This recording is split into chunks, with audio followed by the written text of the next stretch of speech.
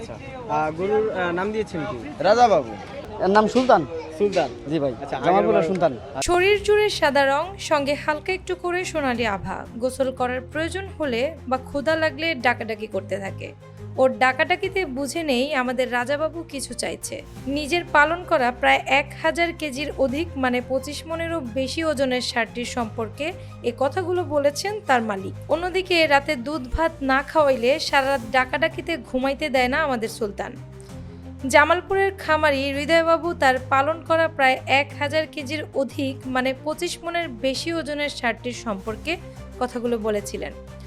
আসন্ন কোরবানির ঈদকে ঘিরে ঐতিহ্যবাহী গাবতলীর হাটে বিক্রির উদ্দেশ্যে ষাঁড় দুইটি এনেছেন খামারির মালিক দুজন।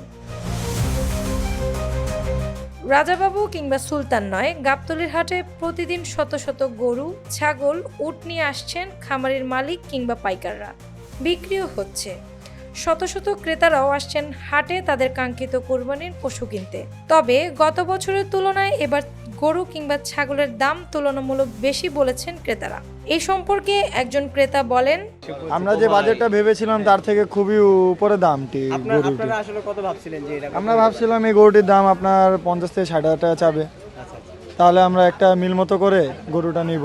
প্রচুর, এবার তো গাবতলী হাটে গরুর দাম দেখতে প্রচুর পরিমাণে। অন্যদিকে 1 টনের অধিক ওজনের গরু রাজাবাবু কিংবা সুলতানের মালিক মন্তব্য করেছেন, ক্রেতা আসে যায়, দাম জিজ্ঞেস করে চলে যায়। তাদের কাঙ্ক্ষিত দাম এখনো বলছেন না ক্রেতারা।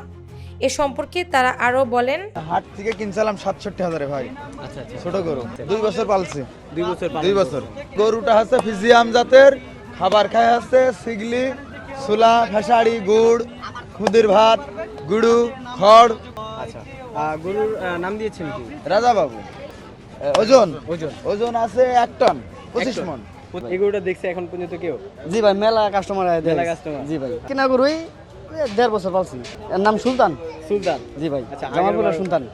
জি ভাই, এই যে গমের ভুসি খাই গমের ভুসি। আর কালাই শুকলা খা, ধানের গুঁড়া খা আর ভুসি কলা খিলাই।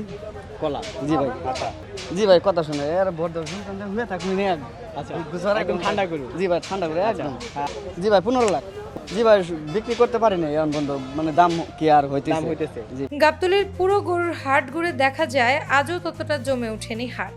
ক্রেতাদের আনাগোনা কম। তবে বাজার কর্তৃপক্ষ বলেছেন, ঢাকাতে গরু রাখা এবং লালন পালন করার একটা ঝামেলা থেকেই যায়। তাই বুধ, বৃহস্পতি এবং শুক্রবার এই 3 দিন হাটে অধিক ক্রেতা আসবে বলে তারা আশাবাদী।